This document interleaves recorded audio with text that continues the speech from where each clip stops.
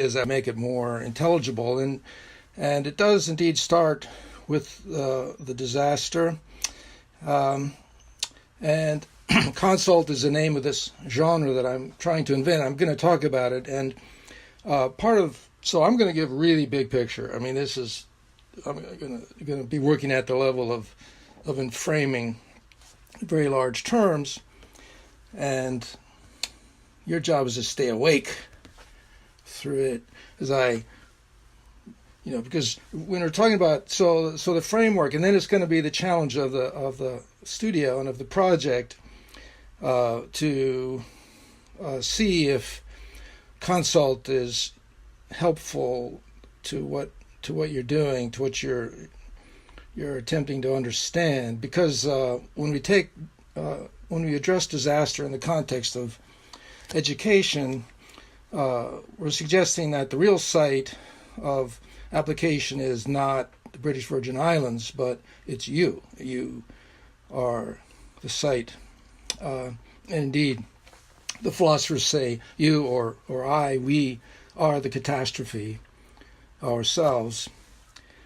So, and I'm talking about Consult with the K to indicate that it's a neologism, that it's an active theoretical term. I actually got the idea from my daughter-in-law, who's a physician, and she does consults.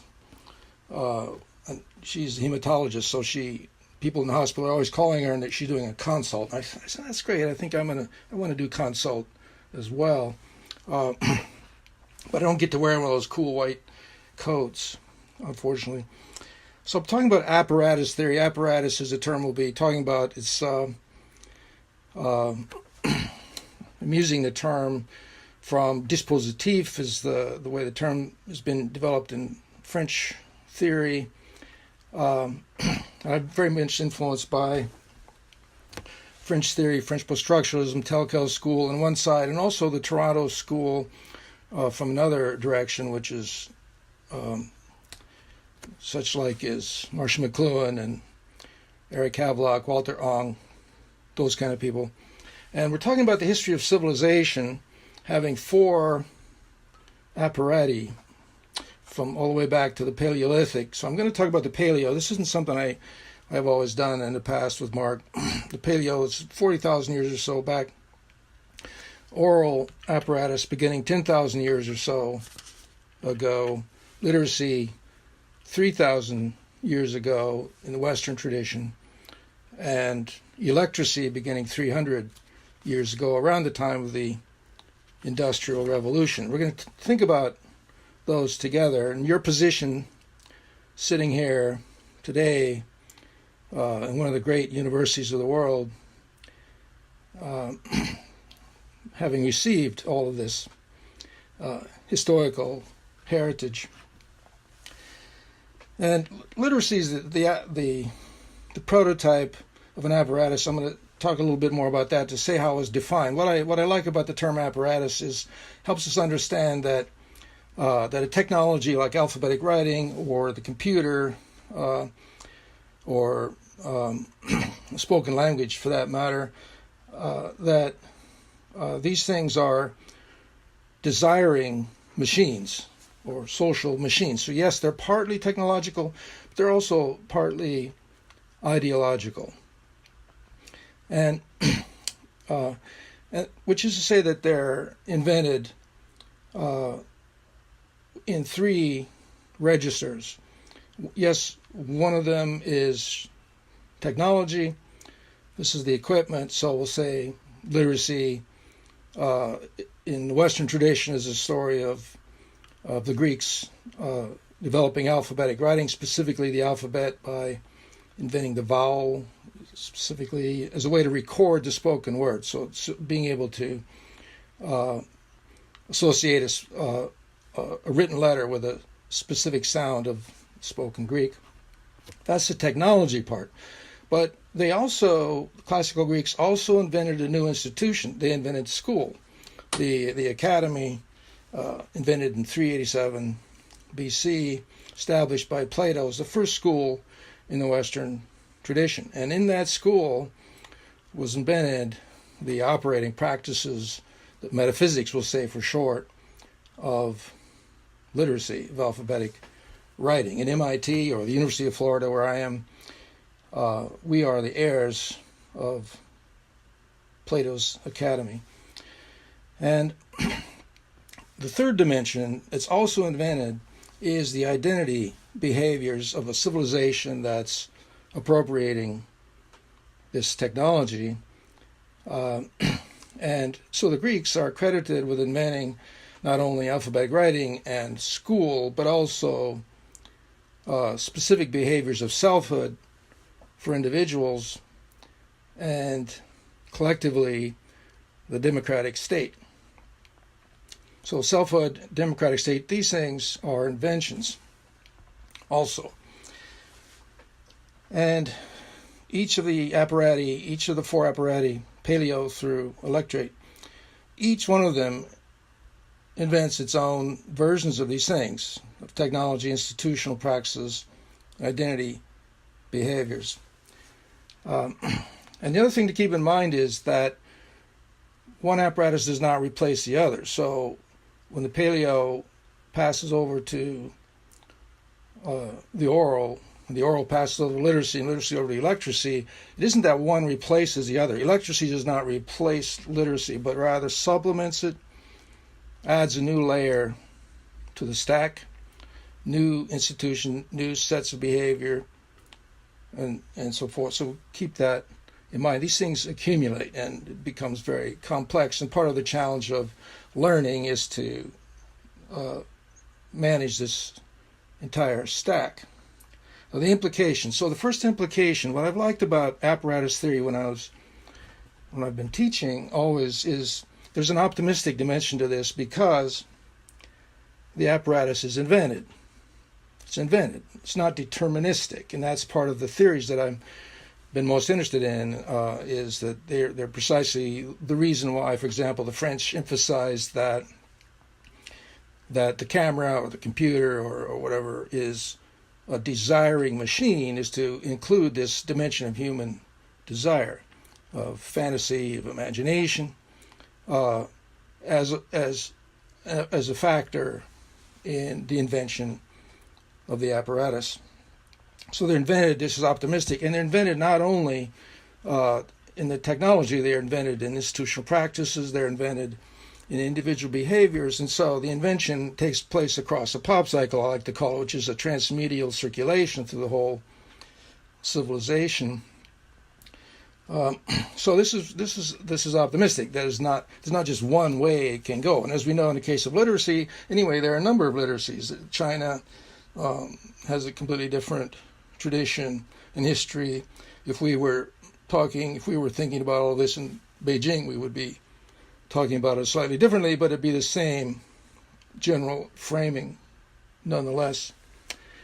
As I said, another implication that we want to take into account is, as when I was saying that each apparatus supplements the previous apparati, everything changes within the new apparatus, but it doesn't replace the old apparatus. So you and I ourselves, we may think about ourselves as souls as well and so on, but meanwhile something new is emerging and has begun to emerge within electracy that isn't self and it isn't democratic and so forth, works in a different way.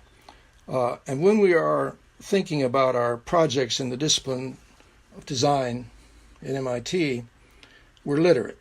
MIT is literate. Using a computer doesn't make you electrate any more than using a book makes you literate.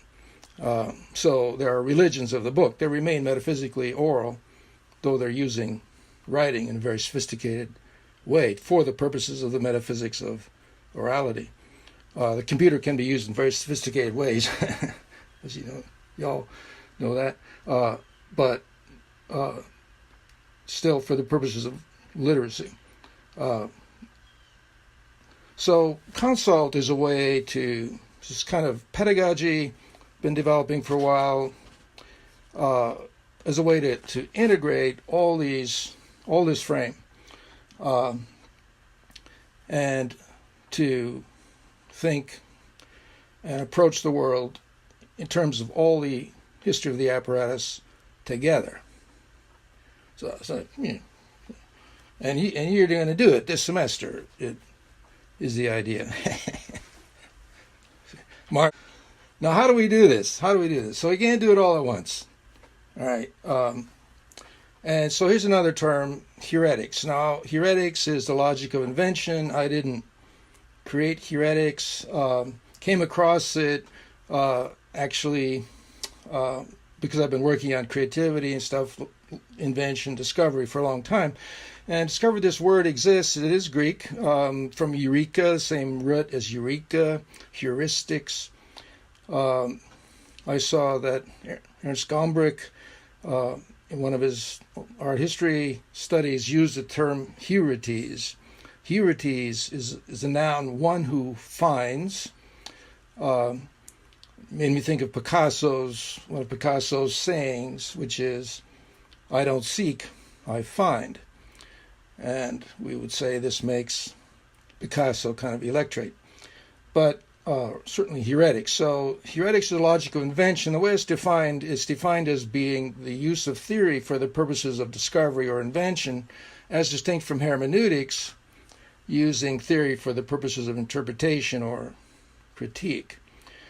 And it's listed as obsolete, rare in the OED. I love that. It tells us where the priorities of our civilization are. We give a lot of lip service to creativity, as long as it's creativity in the service of product and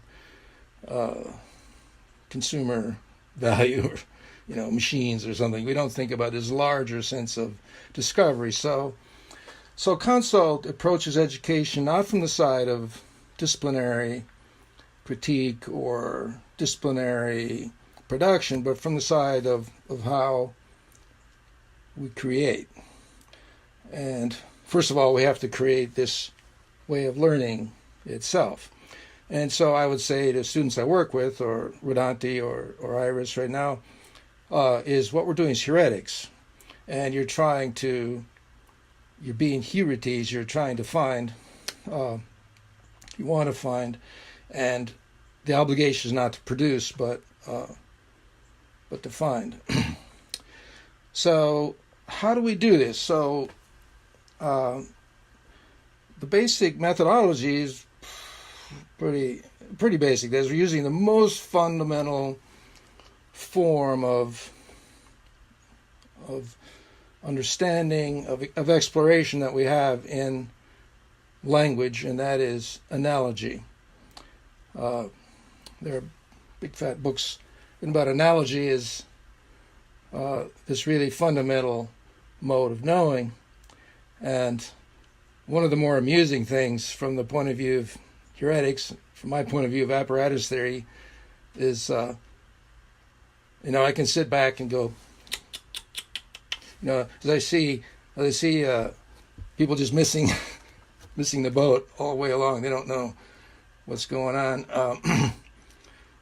and they don't listen to me. So better keep going. So we used to have analogies, on the SAT test that people took to get into colleges and universities, and people did really terribly on them. It's like people getting like, there's a fire plug like a mailbox, and they did terrible on these analogy tests. And so the solution to that was drop the analogy test. That's brilliant. We'll just drop it. We could teach it. We don't teach analogies, but we could drop it, because we'd have to teach poetry if we were going to teach analogy. Anyway,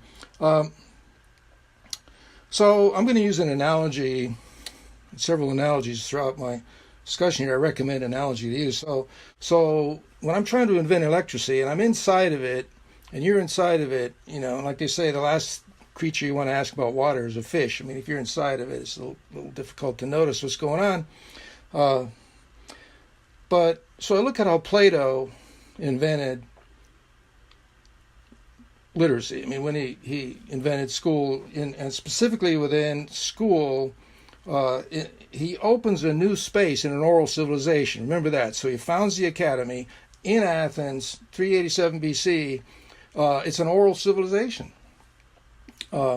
Its belief, its metaphysics is religious. It has the Eleusinian mysteries it practices, and Socrates himself, was convicted of impiety and corrupting youth against the gods and was put to death, for that.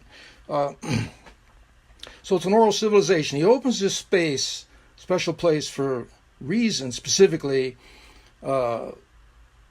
proposing to a different metaphysics, a different account of reality, not based on the divinities and religion and God and so forth, and sacrifices and rituals and prayers and liturgies, but rather based on reason, and specifically mathematical reason. He's a Pythagorean, a material deriving from the pre-Socratics, a material account of the world rather than a religious account. And within that, he saw that over the doors of the academy, famously, was the motto, don't come in here if you don't know geometry. So he takes all these illiterate people, and they come to school. There's a very famous play about this, The Clouds, by Aristophanes, where he makes fun of this, because it was the young men mostly, love to learn how to argue, become sophists is what they're trying to do, because they could make monkeys out of their elders. And Aristophanes made fun of this. But so there has to be this bootstrapping process, and Plato invents the dialogue. So the dialogue form is an invention for supporting learning in literacy, all literacy, and it's still going. It's great. The dialogue is profound. But keep in mind what the dialogue is. Let's look at what Plato's done here. So the dialogue is a written conversation. It's an interface metaphor between, he's got to bring oral people into the metaphysics of literacy. You've got to come across this major divide of the apparatus. We have to bootstrap into it. So he creates this drama. Socrates, a living, historical person, his mentor, now dead, executed by the state.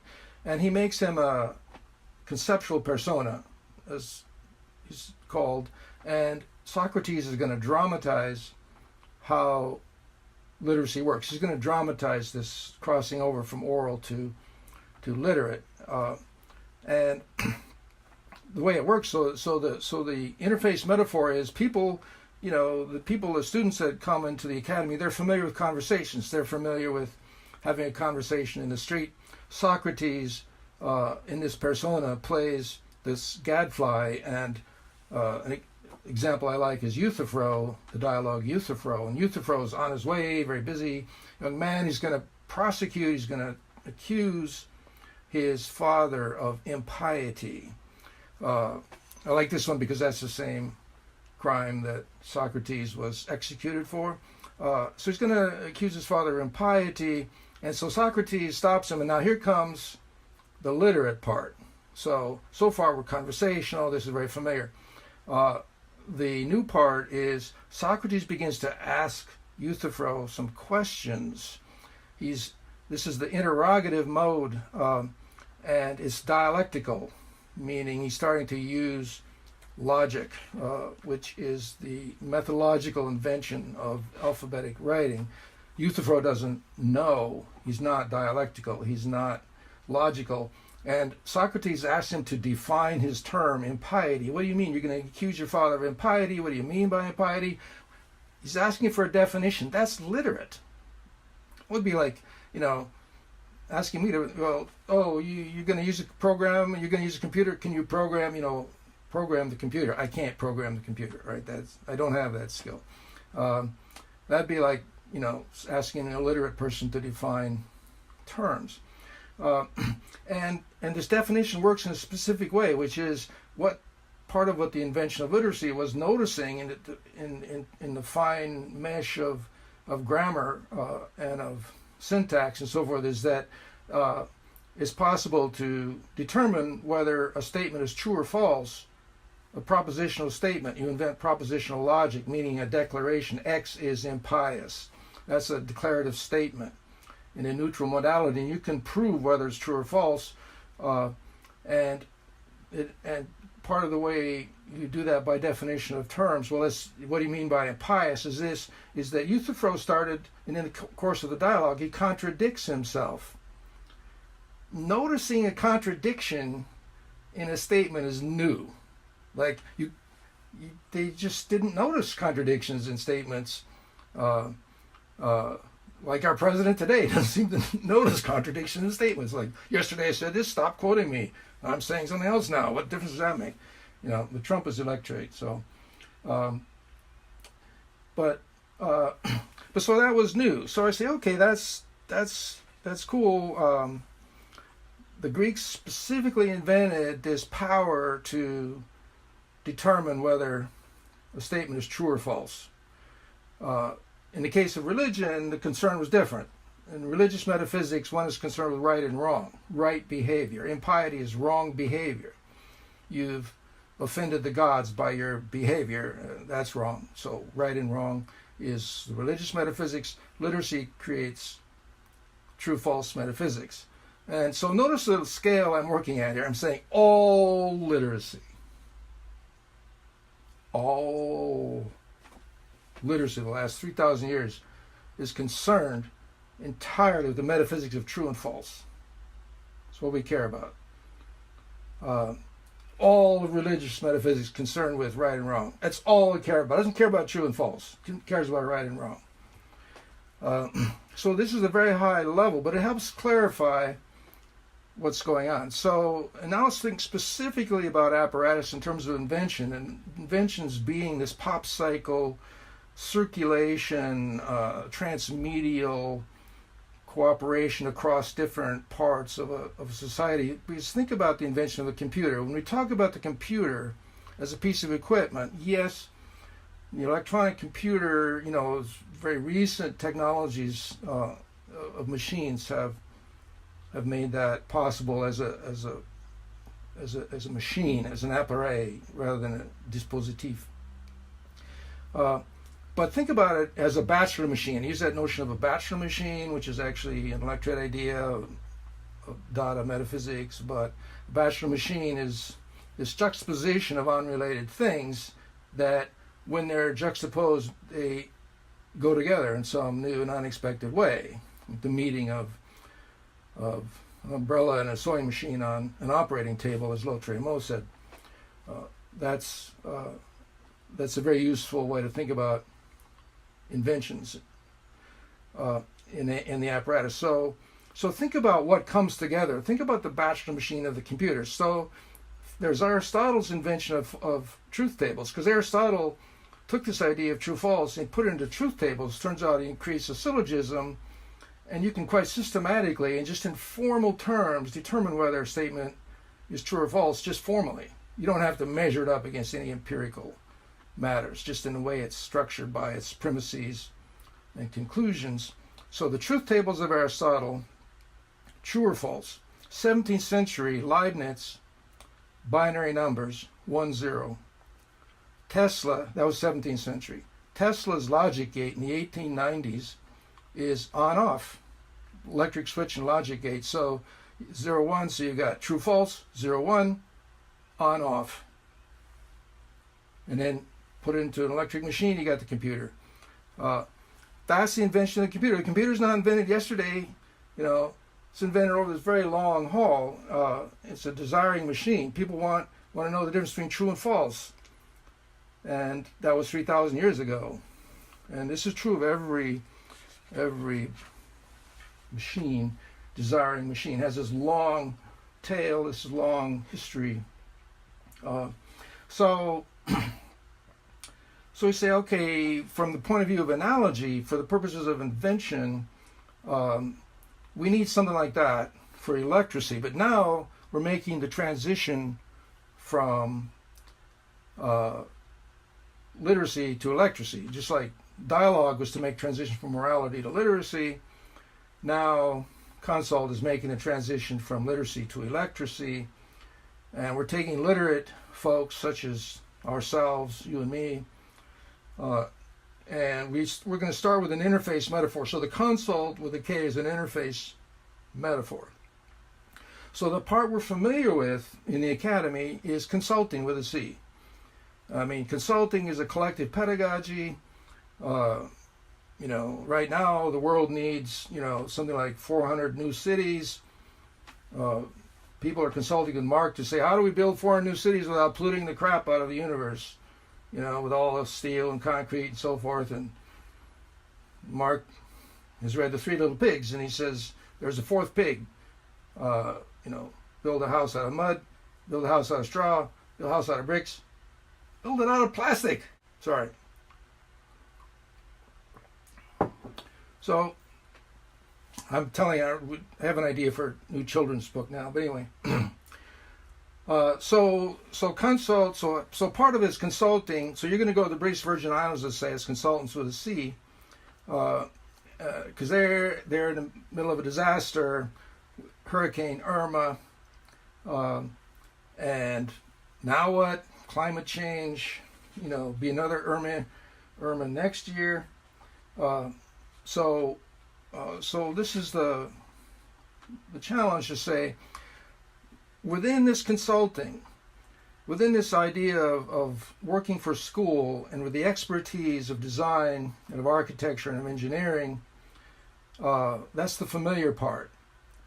That in the context of undertaking that consulting, by adding a heuristic dimension to your learning, we want to encounter this other mode of thought, which isn't literate but is electrate. And Konsult with a K undertakes consulting with a C to bring you into contact with this, an encounter with this other mode of learning, this electrate mode. So I'm going to I want to communicate that now, what that is. Of course, you have to undergo it, but I'm going to describe it. I've tried to describe it before. And so what I like about the session today is I'm trying out on you my own allegory. So I think, all right, Plato, he does this, he invents this dialogue in it, and within that he invents this wonderful little allegorical machine, which is Socrates running around as gadfly in the streets of Athens, buttonholing people and badgering them with questions to the point that they kill him. It's a bad idea. But so I say, well, what would be the equivalent? We need our own allegory. And so that allegory for me is the Wizard of Oz. And I've actually got, now the problem is, I don't know, it's the Wizard of Oz. This is a screenplay. So I took this poster from the Wizard of Oz and identified, so there you see the Tin Man is the Paleolithic, Cowardly Lion is the orality, Dorothy is psyche, anima, the straw man is, the scarecrow is literacy, and then the wizard is electricity. Yeah. There you have it. Mark, I can send you that. But so I'm going to use the Wizard of Oz as an allegory for Konsult, because the challenge here, and I think there's some resistance. There isn't like resistance. Oh, they listen to Ulmer and then they say he's wrong, but they just ignore it, or it's like they don't even like, that's too big. That's way Ulmer. Geez, we're back in the caves now, 40,000, 50,000 years ago. We haven't got time for that. So the challenge is, how can we think this whole stack of apparatus together, and I think The Wizard of Oz is useful. And if you haven't seen it lately, or if you've never seen it, definitely check it out. I mean, it's like, what, 1939 or whatever. But I'll just, briefly say a little bit about it, talking about the film version.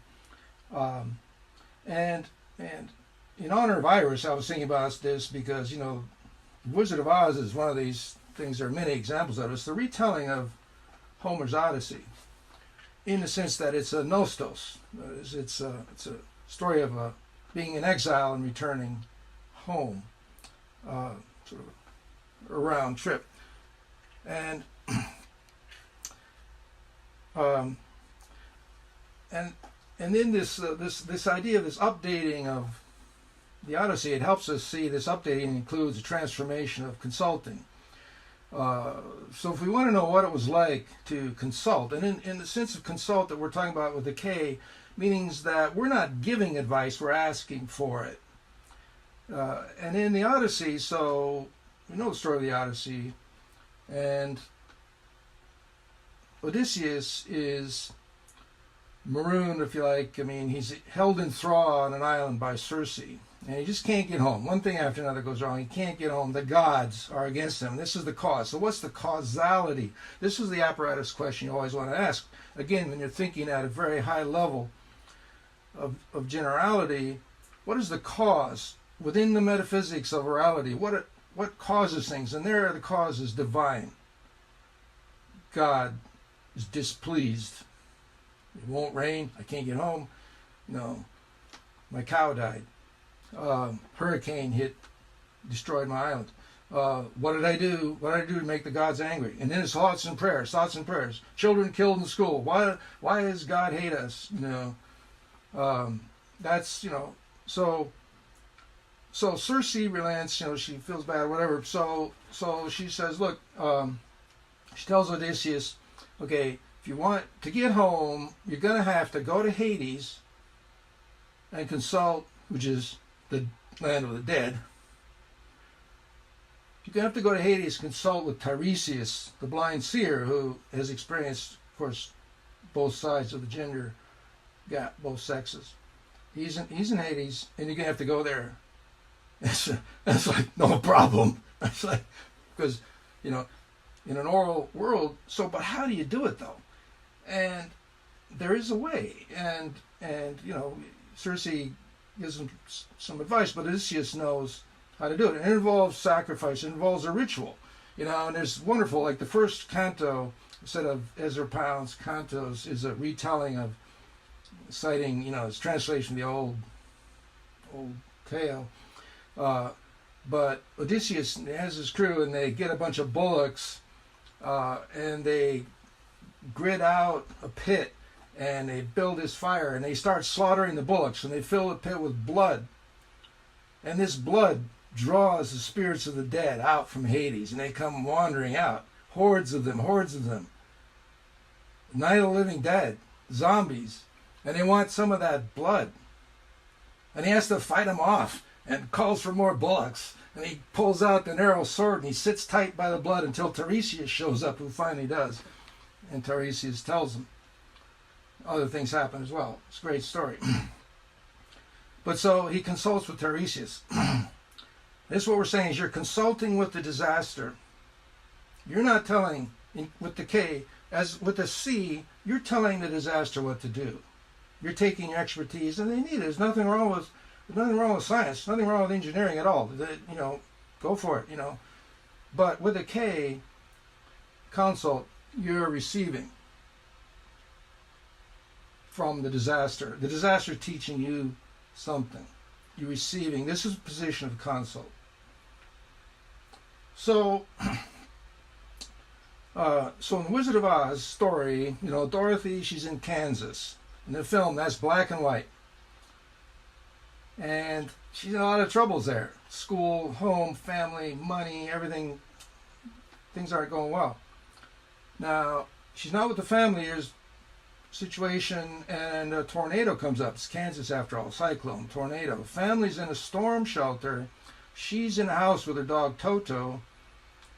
and the house gets blown away. So it's pretty architectural. There's a house gets blown away, and that's pretty relevant, I think.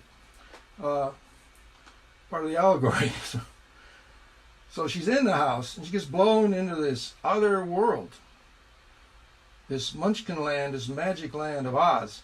And what's cool is, and still striking, is in Technicolor. Think it is 1939 in Technicolor.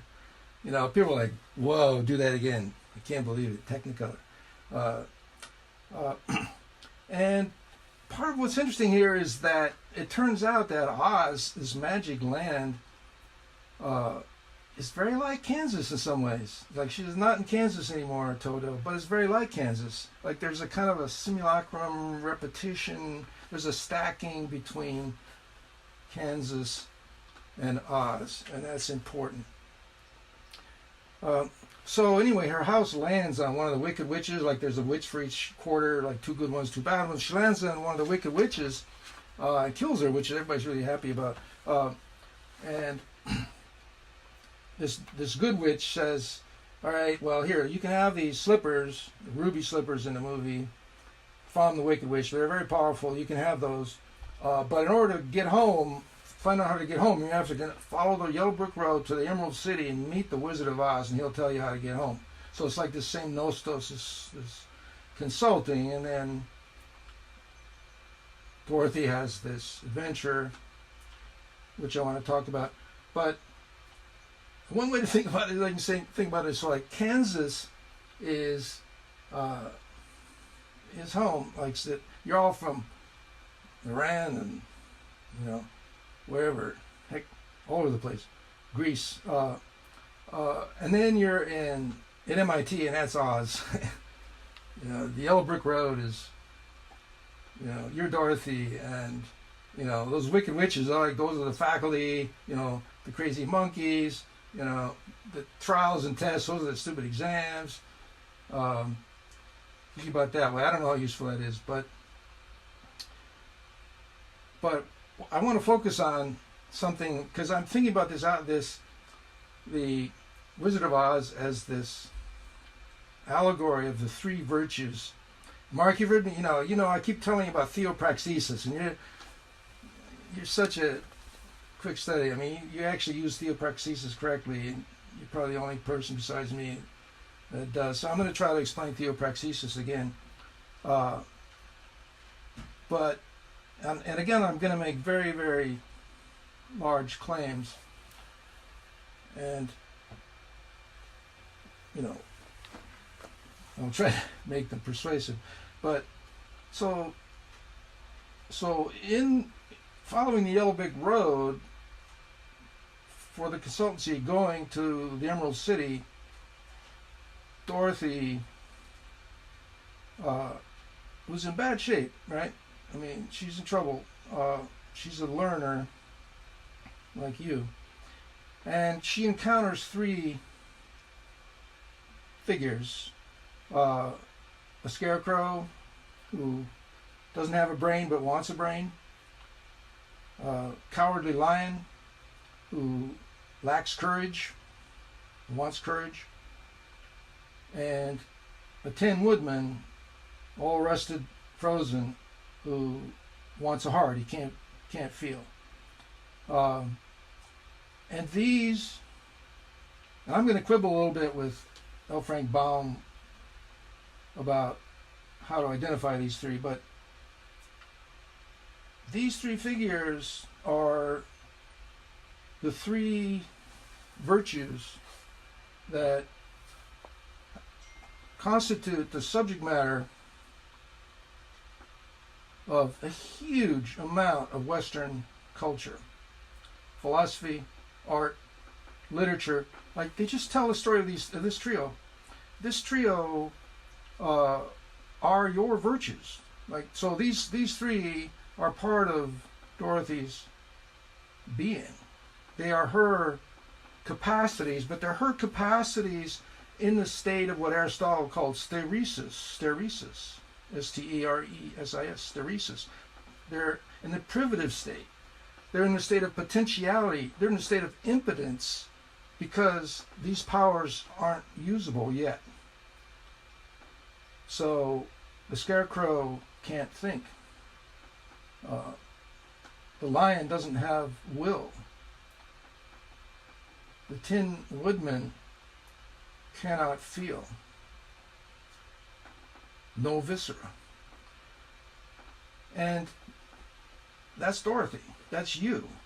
That's me when we're learning. And education is coming into ownership, or Agnes Eider could say, in owning your being, in owning these powers. That's why you're going to the British Virgin Islands. It isn't to save the British Virgin Islands, you know. Yeah, so, but you come in there to learn, right? And so that you can acquire this power so that everyone is saved, if you like. But so I want to just unpack that a little bit, just because I just made a really big claim, and I'm saying what I like about the Wizard of Oz as a mnemonic allegory is that you think, like, it gets confusing, right? So you think, oh, wait a minute, it's just the Wizard of Oz, right? But so here's a mythological version of these three characters, and the reason I want to go into this a little bit is that what we're seeing here is, you think, oh, it's, the Konsult, when we say